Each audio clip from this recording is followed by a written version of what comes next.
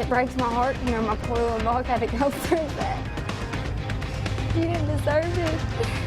A heartbroken dog owner talks to us after police say her dog and another both died after eating meth. Students of a Lexington college trying to figure out what's next after the campus suddenly closed today.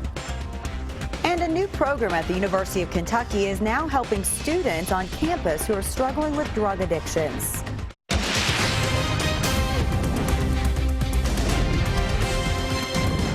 WKYT News starts now with breaking news.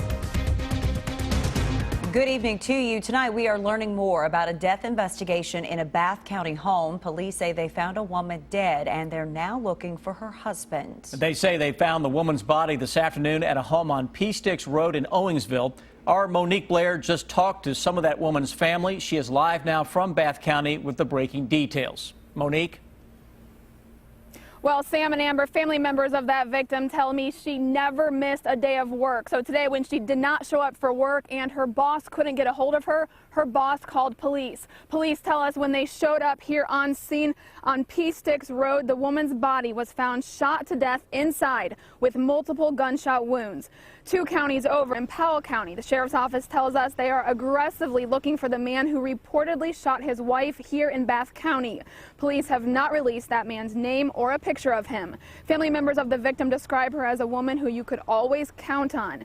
Family members tell me the victim and the suspect have one teenage son together. She's a very outgoing woman, lovable woman, loved her family, hard-working woman, got up daily to go to work, took care of her kid, and you know, to me, she was a good wife and tried. Now, family members told me they watched this afternoon as police officers pulled several guns from this house. I'm reporting live in Bath County. Monique Blair, WKYT. Monique, thank you. Of course, we'll continue to follow that story through the evening and have more tonight at 11. Investigators say they cannot understand why. Tonight, police have arrested a Laurel County man they say fed 2 dogs meth. 40-year-old Benjamin Burdett now faces wanton endangerment and animal cruelty charges. Police say both dogs later died, and they say Burdett also put a child in danger. Phil Pendleton has the latest on the case in our top story at 6. She's the best dog ever. I couldn't ask for a better one. Many will tell you their pets are part of the family. For Kayla Cornett, she says her dog Precious was her baby, but now she's gone. It breaks my heart to know my poor little dog had to go through that. She didn't deserve it. Precious went through was methamphetamine poisoning. I just know that that dog was in complete misery when I got here. Precious wasn't the only one. Vets at the local animal hospital say Precious and another dog died after being exposed to the drug at the home on White Oak Road in London.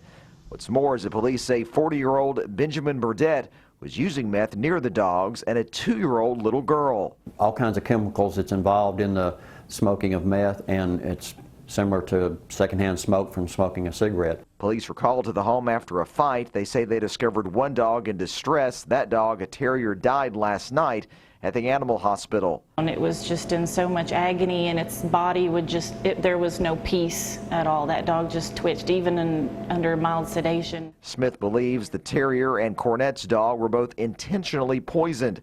Cornett says Burdett had moved into her grandfather's house but wouldn't leave when the grandfather left for vacation.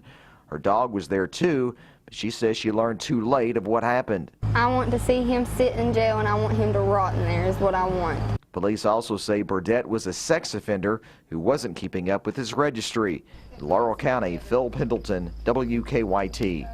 Police say Burdett also faces an indictment warrant for failure to comply with the sex offender registry and being a persistent felony offender.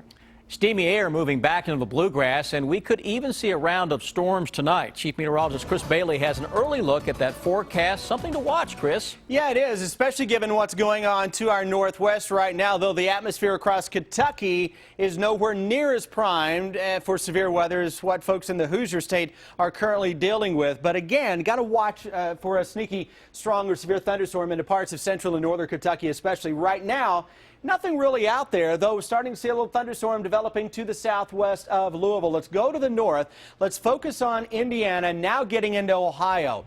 Numerous counties are under tornado warnings with those cells. Even another confirmed tornado to the west of Kokomo, Indiana, that was hard hit earlier by another tornado. These storms are out on their own, and they're putting down. They've got enough spin on them to create tornadoes, and that's what we're dealing with. And again, we're going to watch that area from Indianapolis down toward Louisville and on top of the Ohio River to see if we can get some of those thunderstorms to begin to blossom and roll into parts of central and northern Kentucky. That is a possibility, and that hour-by-hour future radar very quickly at the beginning of that loop does show one little supercell thunderstorm trying to get out of southern Indiana toward the Louisville area. We'll reloop that again, and you see that developing into the Louisville area around 8 o'clock or so this evening and working toward the Frankfort region. Guys, that's something we'll keep a very close eye on as the evening wears on. We'll come back in just a few minutes, concentrate on what's possible this evening, and also look ahead toward more steam and storms. Chris, thank you. A college has shut down its Lexington campus, leaving students with many unanswered questions tonight. MedTech announced today that the campus on McGrath-Anna Parkway near Newtown Pike will close immediately. Other MedTech campuses in the Washington, D.C. area closed in recent weeks after the Department of Education cut off access to federal loans and grants. The department claimed that MedTech misrepresented job placement numbers. The students here in Lexington say they found out the campus here is closed when they got an email this morning, and many say they face an uncertain future. The medical and billing is there's no schools available in this area, so I don't know what will happen to us. The resolution that we would like to be awarded a certificate. We can't get an associate's degree because we've not completed it, but we should have enough credits to at least get a diploma. Spencerian College has offered to waive normal application fees to MedTech students, but it doesn't guarantee that all credits will transfer. If you're a MedTech student with student loan debt, we have some information that may help you on WKYT.com. Today, we learned more about the efforts by state police to recover missing evidence in a Scott County murder trial. Nicholas Willinger is charged with murder, robbery, and burglary in the 2010 death of Sue Jones. His trial was supposed to begin this month, but 2 weeks ago, we learned some evidence was missing. Now, Willinger's attorney is asking for his charges to be dismissed. This morning, a former state police detective talked about the efforts to find that evidence. We're trying to find this computer to get into the hard drive and recover documents. They got back to us within a day and said that computer is gone. We've destroyed it and wiped the hard drive. What do they do with them? A judge will decide if the case does go to trial. The other person charged in this case, C.G. Jefferson, has already pled guilty to complicity to burglary. New tonight, Governor Bevin has signed into law a bill that is designed to help victims of sexual assault. The governor signed Senate Bill 63, also called the Sexual Assault Evidence Collection Kit Bill, at the State Crime Lab in Frankfort today. The new law requires all sexual assault examination kits which haven't been tested to be sent to the crime lab by January 1st. And the law requires in the coming years that all kits be tested on average within 90 days and eventually 60 days. State police say this will help prevent a backlog that has slowed down investigations. It's extremely important to us that we serve the Commonwealth and the victims of sexual assault in a prompt and just way, and we're going to do that. The state police say they've also received more than $4 million in state funding that will help them buy new equipment and hire more biologists to speed up the testing. It is a growing problem on college campuses, students with addiction dropping out of school to get treatment. So now a group of students at the University of Kentucky have started their own collegiate recovery community. New at 6, Sabira Rayford explains how the CRC acts as a safety net to help keep recovering students sober on campus. It's a new school year, and for the thousands of students filling UK's campus today, that means crowded parking lots and classrooms. For Phil Johnson, it's a reminder of his sobriety. I have so much gratitude for where I am today. Johnson, a chemical engineering major, says he's been getting ready for the school year all summer.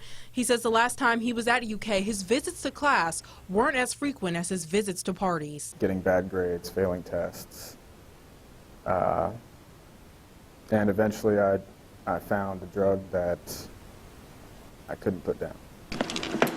Johnson says his life began spiraling out of control once he started mixing opioids with alcohol. According to a 2015 study by the National Institute of Drug Abuse, young adults ages 18 to 25 are the biggest abusers of opioids and prescription drugs. I went through 10 months of treatment. Pretty much going through the process of, admitting that I have the disease of addiction, recognizing that there's no going back once you have it, and deciding to do something about it. After traveling to 2 different states for nearly a year of intensive treatments, Johnson was ready to come home, but he didn't know if home was ready for him. And some of the people that I lived with and some of my counselors recommended places like Texas Tech or Vanderbilt or Ohio State or Alabama because they already have well-developed and supportive and well-funded and structured CRCs. But I bleed blue. So he started to call around to see what he could do, asking about addiction recovery on campus. But what he didn't know is someone was already 12 steps ahead of him. Next thing I know, I got a phone call from Kelsey Hinken telling me that she had been working diligently over the past year to start a brand new collegiate recovery community at UK. We're always focused on the problem, but what about the solution? One of CRC's solutions to keeping recovering addicts on campus and in school is turning a dorm into a sober house starting next year. We're still working out the details of what that is going to look like and how we are going to regulate that, because obviously it's very tricky and sensitive. You want to make sure that it's truly substance-free, that the students who are in recovery are very well protected. As for Johnson, he admits the start of the school year makes him nervous, but this time around he's going to have a little help from his friends. To be able to have people with similar interests to be able to meet with and talk to and vent to if I need to throughout the day or throughout the year. I don't know, it's kind of priceless. That's what you need is other people. So far, the group is 6 members strong, and they have no plans of slowing down. In Lexington at the University of Kentucky, Sabir Rayford, WKYT. Pretty impressive. Now, you may be wondering, there are now more than 100 collegiate recovery programs around this country. More help from Kentucky is heading to Louisiana to help people trying to recover from historic flooding. The flooding earlier this month destroyed thousands of homes, many of them in the Baton Rouge area. The Kentucky Division of Surplus Property says it packed a truckload of items last week and sent it to Louisiana. That included tarps, gloves, flashlights, and air mattresses. And Asbury University says 16 students will head to Baton Rouge this weekend to volunteer for disaster relief. A flood destroyed one of their old trucks last year, but find out how the community has stepped up to help the Madison County Rescue Squad next. And then how Eastern Kentucky University plans to use a large donation from a Northern Kentucky couple.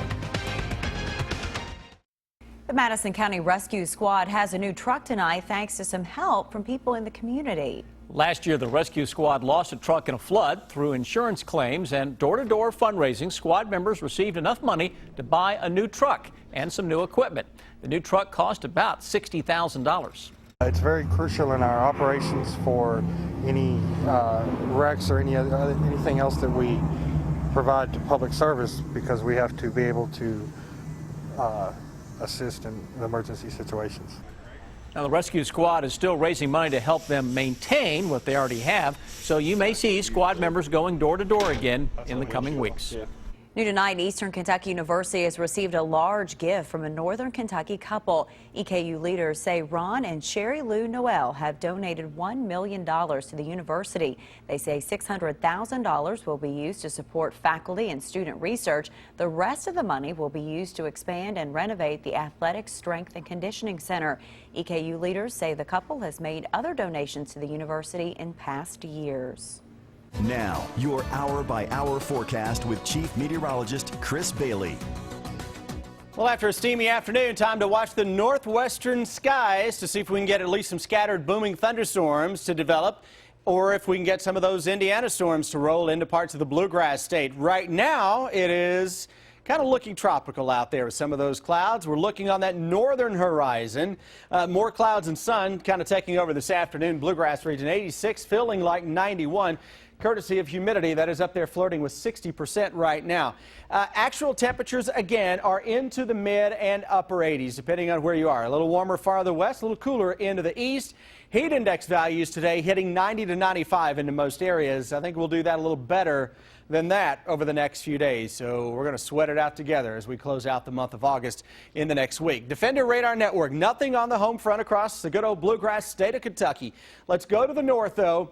And if you got friends, you got family, loved ones here in the parts of Indiana, my, oh my, what an afternoon this is turning out to be.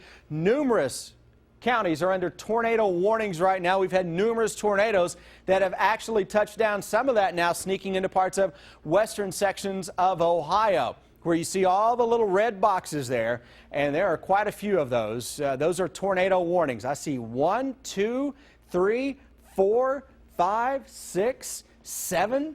Wow. Those are thunderstorms that are kind of out on their own, supercells, and they are spinning. Earlier, we had a tornado warning for this cell near Bloomington, Indiana. To the south of that, where we are, instability is nowhere near as great as what they're seeing to our northwest. We don't have that spin that is in the atmosphere. Doesn't mean we can't get some of that to kind of push in here in terms of at least a strong thunderstorm later this evening, so we'll have to be on guard for that. You can kind of look at the radar returns here. See that big plume of green? Those are the tops that are being blown off of those thunderstorms. So they may try to turn a little more toward the southeast in time as we go through the next hour or two. But overall, things are quiet into central and eastern Kentucky. Greatest threat for a thunderstorm this evening will be for the areas I've highlighted in red and in yellow. Obviously, that's going to be closer to where the action is, into parts of Ohio and Indiana. Farther south and southeast, the less the chance that you will see any type of thunderstorm action. How do we roll into tomorrow? Similar to how we were rolling out there today, with steam and sweat rolling, with temperatures upper 80s to around 90 degrees. 3-day threat track, rubber stamp, rubber stamp, rubber stamp. All 3 days very similar, hot and humid, with a threat for some thunderstorms. And this pattern is locked and loaded for more of the steamy and sometimes stormy weather as that flow comes in around high pressure that is off to our east and southeast. Quick look at the evening and overnight. Any thunderstorm that zips through here later this evening should begin to dissipate. Watch out for a little fog tomorrow morning into the afternoon. I think we'll fire up a scattered storm or two as temperatures will hit the upper 80s to around 90. Heat index, though, 95 or better at times over the next several days. Ouch. Same forecast this weekend. Oh, heck. Same forecast into early next week as well. Guys, we're back into that pattern. Thankful, though, it is calmer here versus what's going on up there in Indiana. 7 active tornado warnings right now for areas just to our northwest. Kokomo had took a direct hit, or parts of Kokomo earlier. There's another tornado confirmed there about 8 miles to the west of Kokomo now. Wow. Crazy Chris, thank stuff. you. And Clark County has a new boys basketball coach. Josh Cook coming in from Mercer County. How does he see his new job? And linebacker Kobe Walker, after injury and academic problems, he's finally looking forward to getting on the field for the Cats. That's next in sports.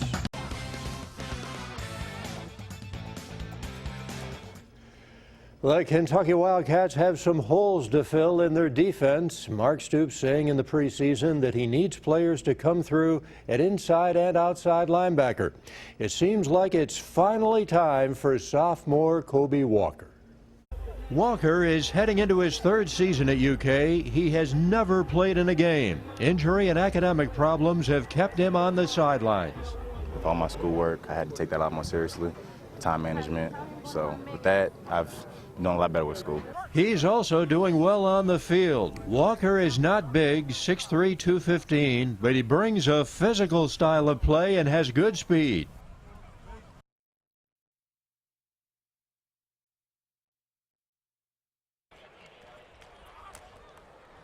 Very hungry. Just, sitting out 2 years, being eligible, all the, injuries. I've been trying to,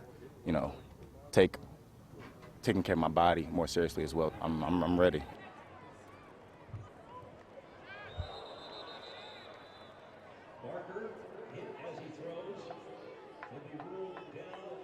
Having finished up his 3rd fall camp, Walker feels like he knows everything. But coming out of Baltimore as a 3-star prospect, he admits the last couple of years have been frustrating. Yeah, I was frustrated and I was down at times, but it happens, and you just gotta bounce back and come back. Or if not, then you'll be out forever. UK women's soccer coach John Lipsitz has the third highest winning percentage among SEC coaches, but he's also known as much for his fashion sense on the sidelines. For most of his career, Lipsitz has worn a suit and tie on the sidelines. This season, the Wildcats coach has decided to put that away and dress more casually. He says he hopes it sends a signal to the players that it's more about them and less about him. I need this program not to be about me, and I understand that I have a role as the leader of this program, and I've got to steer the ship, but more and more I need them to understand that they're in charge of the ship, you know, and they need to take ownership, and I want them to feel that way, and I also want as a staff for us to be really united, and so the three of us wearing the same thing on the sidelines and being together helps tremendously. 48 hours ago, Josh Cook was named the new boys basketball coach at Clark County. Cook drastically turned around the fortunes at Lawrence County, was named Coach of the Year in the state, leading Mercer County to the Sweet 16. He wants the same in Winchester. Yeah, I just want to get the excitement, get the culture going. You know, there's a lot of tradition here, like I said, and there's been a lot of previous success. I just want to get get the excitement going in the community, get our kids just really believing they can turn things around really quickly, and just get them a chance to get on the floor and see what they can do. Now the UK women's soccer team plays its first home match tomorrow night, 7:30 against South Florida at the Bell Soccer Complex. Sam, Amber. Thanks, Rob. And a final check of your First Alert forecast is next. Then on the CBS Evening News, an ad against terrorism, the strong message from Muslim Americans in the battle against the Islamic State. Hazy, hot, and humid. Pretty much it. That's pretty much it. Rubber stamp it and throw a thunderstorm or two into the mix. Watching northern parts of Kentucky right now. Some big-time thunderstorms into the Hoosier State. Those are going to try to work toward the east and southeast. I mean, look at all of the tornado warnings there in Ohio and Indiana. Don't expect anything like that around here, but we'll be on guard to keep you up to date this evening. So it should weaken quite a bit. Should weaken before it gets into town. We'll watch it. Thanks for watching tonight. We'll see you at 11.